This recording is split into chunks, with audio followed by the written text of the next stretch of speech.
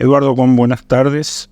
La verdad que para mí es un honor y un privilegio que hayas aceptado esta invitación para lo que yo voy a llamar el primer podcast. Así que espero que la audiencia y los escuchas nos disculpen algunas imperfecciones en la dinámica que podamos tener. Nosotros hemos tenido muchas charlas de café y hemos tenido charlas, como se dice en hebreos, parados en un solo pie, en la NSI, en la Bnei Brit, en distintas circunstancias, y siempre queda mucho por decir y mucho por intercambiar. Y hace mucho que yo quería, en el marco de mi proyecto, de mi blog To Messer, largar esta nueva forma de comunicación que se está usando tanto, que es el podcast, y aprovechamos estas instalaciones que hizo la NSI en la casa y que nosotros apoyamos para llevar adelante este proyecto. Modestamente le vamos a denominar Jabruta a este espacio de podcast. Perfecto. Como un espacio de diálogo entre dos personas, judías o no judías, pero hablando de temas judíos, básicamente. Sionistas, Israel, judaísmo en general.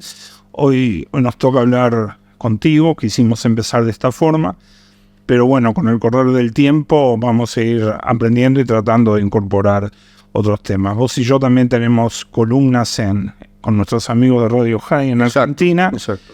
Esto no es una columna, esto es un diálogo y espero que podamos ambos saber llevarlo de esa forma para que a la gente le resulte interesante y escuchen una conversación de la cual ellos de alguna forma, aunque no lo pueden hacer, pero que se sientan parte. Creo que el tema es excluyente y es sobre eso que queríamos hablar ya hace tiempo, y justo coincide que aunque ahora se van a cumplir 9 meses del 7 de octubre de 2023, pero yo, como te decía antes de empezar, voy un poco más atrás en el tiempo. Yo, en lo personal, toda esta historia la empiezo, en noviembre, cuando gana Netanyahu y se perfila para armar el gobierno que arma, y después en enero de 2023, cuando empiezan las manifestaciones contra la reforma judicial.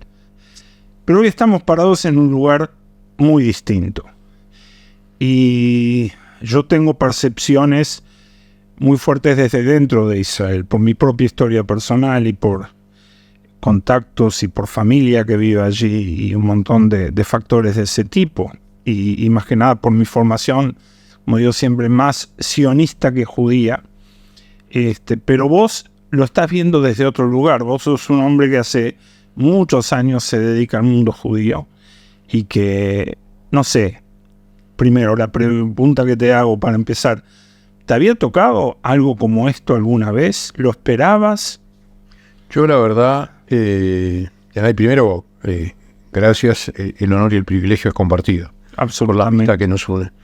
En realidad, ni en mis peores pesadillas creía que se podría dar de la forma en que se dio, no solo lo que sucedió el 7 de octubre y a partir de allí hasta hoy, porque si bien todos tuvimos las experiencias de conflagraciones anteriores, se están cumpliendo ahora 10 años de la última confrontación, enfrentamiento entre Israel y Hamás, que duró 55 días. Entonces, difícil imaginar que, si bien se proclamaba, porque Irán lo ha proclamado desde las Naciones Unidas hace muchísimos años, lo hizo en el año 2005 cuando era Ahmadinejad el presidente y ya hablaba de esa manera no solo en Naciones Unidas, sino acá en América del Sur cuando visitó a Lula, que lo invitó con toda su cordialidad. Decían que, Israel, como que la entidad sionista debe desaparecer. Sabemos que la carta constitucional, si cabe decirlo de esa manera, de Hamás le dice lo mismo. Pero que lograran y finalmente lo hicieran y perpetraran, entrar a Israel a cometer un acto que alguien dijo es un intento de genocidio que no se pudo cumplir porque llegaron a determinada cifra y vino el contraataque, pero en el objetivo, en el intento, y eso lo dijo, me acuerdo perfectamente, hace 3 meses el secretario general de la OEA en un acto público, dice, si murieron 1.400 personas el 7 de octubre, es porque no pudieron matar más, porque si es por eso mataban a los 9 millones que viven en Israel y a los que viven en el mundo. Entonces es muy difícil imaginar 80 años después de terminada la Segunda Guerra Mundial y estar todavía, estamos todos con la enseñanza de la Shoah, porque creo que es eterno el tema de la enseñanza de la Shoah por mil motivo. Era muy difícil imaginar, y hay dos cosas más que no imaginaba. Primero, que haya una abrumadora mayoría en la comunidad internacional, no hablo ya de la ONU, que después si querés hablamos por qué se está desgastando, desprestigiando y desvaneciendo, pero la ONU tiene 5 propietarios. Eso la gente no habla así, pero creo que nosotros tenemos que hablar así, porque sale del corazón. Tiene 5 propietarios, no tiene 6, no tiene 7. India no es propietario, Pakistán no es propietario, Irán no es propietario. Los propietarios son los que tienen veto. Entonces, que incluso parte de los que son propietarios de la ONU generaran una incitación tal que el mundo a su vez nos generara una ola de antisemitismo mayor que nunca desde que terminó la Shoah. No que no hubiera antisemitismo, porque hay muchos que se están olvidando de lo que pasó en los últimos 10, 15 años en el crecimiento del antisemitismo en todos lados, incluyendo Latinoamérica. Pero el grado, el crecimiento, el odio que yo he observado no solo en Uruguay, o sea, he observado en otros países que he tenido que estar en todo este tiempo, y la experiencia personal de haber estado en febrero con 11 periodistas en Israel, recorriendo todos los terrenos y los lugares del horror y de la destrucción, y estando en Kiryat Shmona, y ese día no tiraron nada, desde el Líbano, me tiene una percepción de, la verdad que de angustia grande, porque me da la impresión que es algo que empezó, que está creciendo, y no le estoy viendo una ventanita al final del camino. Yo creo que ese es uno de los principales problemas que estamos viviendo hoy, a 9 meses del episodio en sí. Sí. Es decir, no vemos la criatura, no vemos el parto, y un parto que me ha tocado vivirlo hace poco, por suerte. Con gracias a Dios, con mucho éxito. Es una cosa muy bella, sí, muy hermosa, y entonces cuando uno dice, bueno, no vemos que dé a la luz, ¿no? Usando la metáfora de dar a luz un niño, no estamos viendo que salga nada bueno de acá. Y yo he tenido conversaciones con amigos en Israel, un amigo muy querido y muy comprometido, Harold Biner de Mikutza, que dice, va a estar muy mal, pero muy mal, y después va a estar mejor y va a estar bien. Es bueno tener esperanza. Y con otro que he charlado brevemente, porque no se dio para encontrarnos y hablar, fue con el rabino Shem Tov, por ejemplo. Y él muy al principio me dio un término en inglés. Me dijo, something's broken, algo se rompió. Sí, sí. Pero él le agregó la palabra, it's open broken. O sea, se rompió pero abrió opciones. Yo honestamente, ni con Harold ni con Shem Tov, más bien tiendo a estar de acuerdo con mi compañero de trabajo, con el rabino Dani Dolinsky de nuestra NSI, sentido de que fuimos para atrás 100 años, que es lo que estás hablando vos un poco sobre el antisemitismo y la Shoah, y que realmente va a ser muy difícil volver a salir adelante. Probablemente si hubiéramos grabado este podcast hace una semana o 10 días o 15 días, yo hubiera estado en un estado mucho más afligido respecto a esto y con menos esperanza. Esta semana hubo la visita de un economista uruguayo radicado en Israel hace muchos años, Teddy Lin, de origen betarí, que trabajó en el Ministerio de Economía y trabajó en los fondos de retiro, las AFAPs de Israel, y ahora trabaja en inversiones, y estuvo haciendo una charla anteayer en CI junto con la Sochnut. Y bueno, realmente según él presentó las cosas con la gravedad del caso que tienen, hay un resto en lo económico, hay una historia de guerras y crisis económicas de las cuales Israel ha podido siempre recuperarse. Pero de todas formas, cuando le comentaba esto, por ejemplo, con mi cuñado, me decía, que mi cuñado que vive en Israel, me decía, sí, ese argumento es válido en el corto plazo, pero yo no sé en el largo plazo. Y tiene razón. ¿Qué va a pasar? dónde se va a ir a vivir la gente, si la gente va a querer seguir viviendo así. Vos hablabas de Kiryat Shmona, y toda esa franja, creo que son 20 kilómetros más o menos, están vacíos. Carmiel, que no está vacío, acaban de tener un atentado terrible en el medio de un shopping. Para quienes conocemos Israel, bueno, sabemos que hoy Israel ha quedado reducido a esa franja superpoblada que va entre Jerusalén y Tel Aviv y todos sus satélites. Y bueno, es un panorama difícil, y aparte desde lo político, que también le pregunté a Teddy Lin, y él dijo claramente, creo que hasta que no termine el mandato constitucional, digamos, de Israel, no va a haber elecciones, no hay forma que este gobierno caiga. Así que creo que es un panorama difícil, pero bueno, volviendo un poco al plano internacional, que juega mucho, estamos también en una situación que yo, honestamente, ahora te pregunto, no sé bien cómo juega, cómo incide el tema Biden-Trump, la vergüenza que pasó Biden el otro día en el debate. ¿Cómo ves eso vos? Porque Estados Unidos nos ayudó mucho, eso es un hecho. No, eso no se puede discutir. No sé si fue Biden, fue Estados Unidos. Es decir, digamos, Estados Unidos no es solo el presidente, aunque se enojen mucho los americanos cuando se les dice eso, pero bueno, es un gobierno muy complejo. Sí. Las decisiones, en Israel hay determinadas decisiones que si no son firmadas por el primer ministro no se puede actuar, incluso en tiempo de guerra, eso lo sabemos perfectamente vos y yo.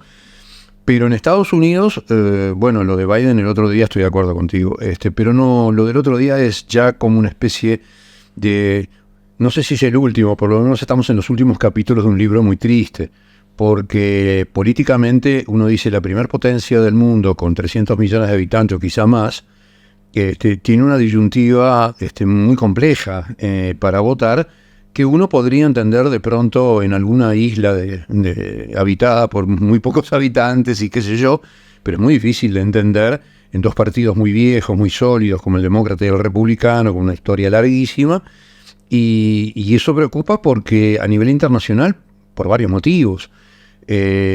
Rusia está desde hace 2 años y medio haciendo lo que absolutamente le da la gana, no lo que le dan las fuerzas, lo que su mentalidad imperialista, zarista, brutal que tiene, de intervenciones, etcétera, y está haciendo lo que se le da la gana, no solo en Ucrania,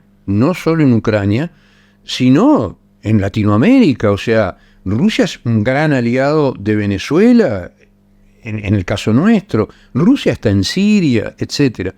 China ya sabemos qué política hace, y evidentemente también es muy compleja para Estados Unidos, porque no es una política que favorezca en nada, y en cuanto al conflicto, o sea, el tema que nos preocupa a nosotros, Rusia y China son 2 de los copropietarios de la ONU que nos han enloquecido a votaciones hasta ridículas en las acusaciones, pero las han acompañado con un fervor que uno podría imaginar de pronto en Stalin en un momento de paroxismo, pero no en el 2024.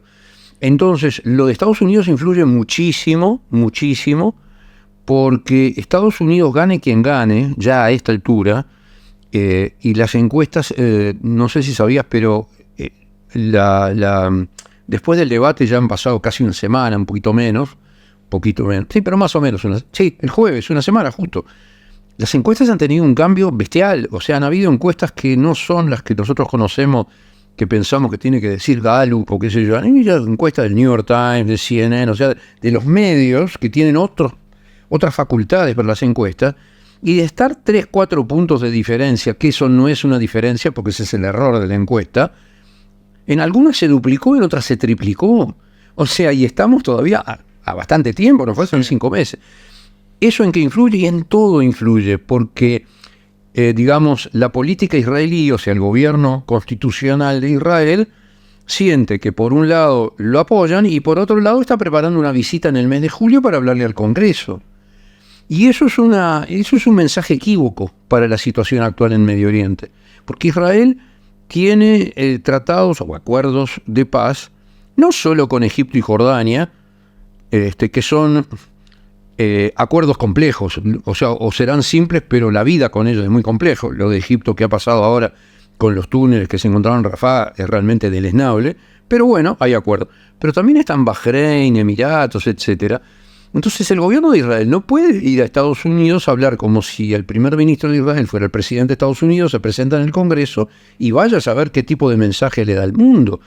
Es un riesgo que tomó el Congreso, muy grande, de Estados Unidos, pero es un riesgo para las relaciones multilaterales que están muy heridas.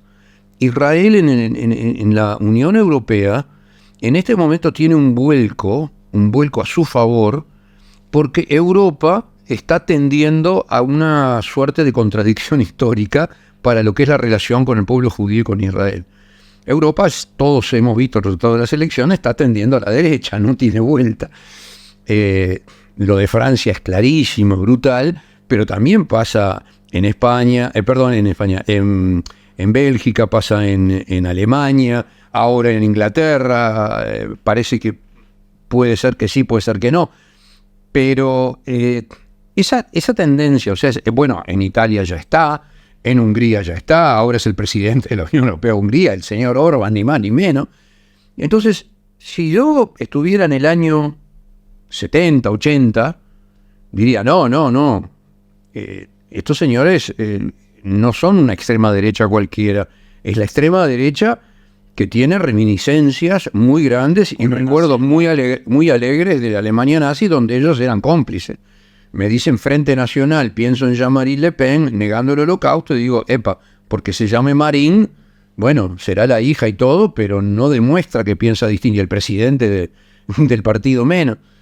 Sin embargo, primero los judíos se encuentran en una situación complejísima, donde hoy, ni más ni menos que Klarsfeld, no Beate Klarsfeld, sino el marido Klaus, que tiene 88 años, que se dedicó toda su vida a cazar nazis, le recomienda a la comunidad judía de Francia que vote por el Frente Nacional, porque considera de que la izquierda quiere destruir no solo Israel, sino el pueblo judío. Y ahí hay un tema que yo hoy leía tu columna de hoy justamente en nuestros amigos de Radio High, y vos decías, bueno, ¿qué hacen los 500.000 judíos que viven todavía en Francia? ¿Se van o se quedan? Y yo, en mi juventud, conocí bastante de cerca la realidad de los judíos franceses. Tuve vínculos muy cercanos y sé que hay todavía muchos de ellos viviendo, y a su vez sé que Israel está lleno de ellos. Ahora, Israel sigue siendo un lugar seguro para los judíos, porque también escucho de mucha gente, si bien los soldados y los reservistas volvieron de a miles a servir en el ejército para combatir al Hamas, la gente más de a pie, hay planteos serios de que si este es un lugar donde se puede seguir viviendo y hacer una vida razonablemente normal.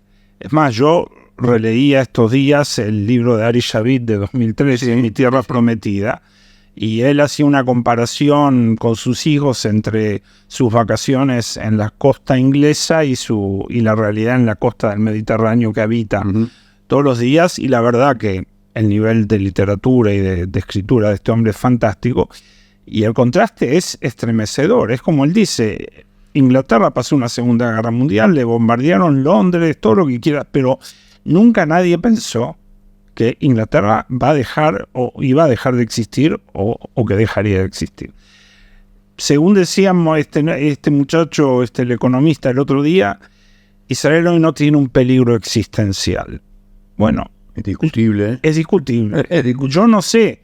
Yo realmente hoy no me jacto de tener respuestas. Yo más bien prefiero dejar planteadas preguntas, porque con el panorama mundial que vos planteás, con esa especie de show de fuegos artificiales que pusieron los iraníes mandando todo eso, pero sabiendo todos que se iba a desplegar la defensa. Exacto. Y como dijo este muchacho, bueno, nos pegamos un par de sopapos y ahora sigue todo. Ahora, como dijo él el otro día, donde un misil emboque en un edificio en Tel Aviv y mate 500 personas, ahí quiero ver. Todo el concepto de guerra cambia.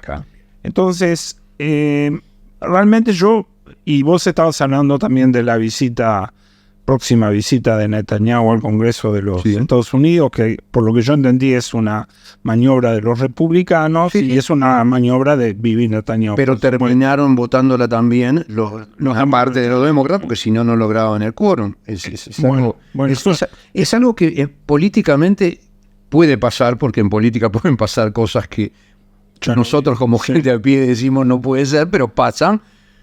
Pero es, por decirlo en forma lo más correcta posible, es llamativo.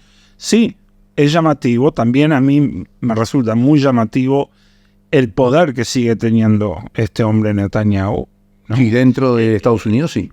No, y también en Israel. Es decir, sí, no, claro. Él tiene una mayoría de 64 parlamentarios y la oposición no consigue 5 parlamentarios que se bajen a cambio de nada. No. Es decir, que él debe estar dando unas prebendas y tenemos junto con él ahí de laderos a estos dos fenómenos fascistas como Ben-Gvir y Smotrich, que la verdad están causando estragos, muchos que nosotros ni nos enteramos, porque aparte la nuestra, Eduardo, y vos lo sabes muy bien, la nuestra es una comunidad profundamente sionista, incapaz de cuestionarle nada a Israel. Cuando uno, hablo por mí, se atreve a siquiera poner un question mark, un signo de interrogación sobre algo, hacer un pequeño cuestionamiento ético, moral, che, esto habrá estado del todo bien, matar a un palestino en el piso, ¿te acordás? ¿Está bien, está mal? No podés preguntarlo, ¿no? Pero eso está mal porque en Israel sí se lo preguntan. En Israel sí, pero nosotros se ve que seguimos con la mentalidad de la TNUA, seguimos con la mentalidad de mi infancia, de que en Israel todo es mejor. ¿Te acuerdas ese tono? Pero entonces no asumimos lo que pasó el 7 de octubre. No, y el 7 de octubre, que justamente lo vivo citando para que no parezca que yo estoy diciendo cosas por mí mismo solo. Pero es... una de las cosas que dijo este muchacho Teddy es: Israel se dio cuenta que el ejército pequeño y tecnificado al que habían apostado no sirve. No. Que cuando te entran 2.000 juntos, si no tenés, o 3.000 juntos, si no tenés 2.000 para frenarlos, no podés frenar. Y por eso mismo ahora están con todo el tema de enrolar a los ultraortodoxos. Así que bueno... Pero yo te quiero contestar. Sí, vos hiciste una pregunta, el tema de la seguridad, si es seguro vivir en Israel. Sí. Yo te voy a decir, yo fui testigo, también me la dieron a mí personalmente, pero en febrero me dio esa respuesta y me dejó muy mal. Es decir, toda la visita a Israel en febrero me dejó anímicamente mal, porque es lógico, a cualquiera lo dejaría. A los periodistas también, quiero aclararlo, que eran de 5 o 6 países. Pero estábamos reunidos con Itzik Horn, que todavía tiene 2 hijos en cautiverio, que él espera que estén vivos. Pero él dijo, nosotros acá teníamos en Israel un contrato social. No lo firmé yo, no lo firmó nadie, pero teníamos un contrato social. Estábamos acá porque este es nuestro país seguro, porque por fin tenemos un Estado, nosotros estamos acá y el contrato social es, va a haber un Estado que nos va a proteger esa seguridad y nosotros vamos a hacer lo que tengamos que hacer para, en ese contrato, apoyarlo. Bueno, ahora que pasó lo que pasó, que mis hijos están en cautiverio, yo no sé si decirle a alguien, vení porque este es el lugar que tenés que venir para estar seguro en el mundo. Y en ese momento yo sentí que era muy difícil contestar esa pregunta y que te la estaba además haciendo y diciendo alguien que no sabe si perdió o no perdió 2 hijos, y exactamente la misma respuesta nos la hizo otro de los familiares de otro de los que presuntamente están con vida, pero están secuestrados, sea con vida o no, y el otro fue hasta un poquito más tajante. Entonces, claro, la pregunta que yo que la hice sacando al rabino, en realidad sacando la reflexión del gran rabino de Francia, que es una persona realmente excepcional, y que se lo dijo a Jerusalem Post este domingo, él fue el que le dijo, y bueno, yo le tengo que decir a los jóvenes la verdad, o se van a Israel o se van a otra parte. Pero off the record le preguntó al periodista de Jerusalem Post, ¿pero a usted le parece Israel? Y yo creo que si el joven lo siente y está dispuesto a escribir un nuevo contrato social, debería, si lo cree. Ahora, si no lo cree, no. porque no se puede ir a defender algo si no lo crees. Creo que esto que hablaste del contrato social, de firmar un contrato, que es un concepto muy judío. Muy sí, judío. El pacto del Sinai es un contrato. Es un pacto y es un contrato que firmamos hace miles de años. Sí, me vas a contar ahora, caballo. Hacemos el brit en cada hijo varón que nace, imagínate. Ahora, creo que es una buena forma de cerrar, porque la pregunta es si vamos a renovar el pacto. Para una persona como yo tengo ahora 67 años casi, yo me crié en esta historia sionista. Es decir, mi relato judío, por más que después yo fui muy activo en la NSI y me involucré con rabinos y aprendí otro montón de cosas del mundo judío, yo crecí como un niño sionista en la escuela integral, con padres que hicieron aliyá. En fin, para mí el relato sionista era mi relato mesiánico. Era mi relato de que ese es el destino y el futuro del pueblo judío. Ya sea que yo lo cumpla, mis hijos lo cumplan o alguien lo cumpla. Y ese relato se ha visto muy amenazado. Entonces, me parece que este planteo que vos traes del rabino de Francia, me parece una muy buena forma de cerrar este podcast, porque de alguna forma está diciendo, bueno, hay que volver a creer, hay que volver a redactar el contrato. Esto tiene que ver con la reforma judicial, tiene que ver con todo lo que se sacudió en Israel antes, tiene que ver con retomar el tema de Arabia Saudita. Vos hablaste de los otros acuerdos de paz, eso quedó ahí en el tintero, yo creo que eso va a marchar. Pero eso es parte de lo existencial. Sí. Porque si eso no marcha, tenemos una brecha ahí que no la van a poder cerrar. Sí. Pero también hay un tema que no podemos, es decir, podemos soslayarlo capaz 50 años más, otro siglo más, pero es el tema de los palestinos.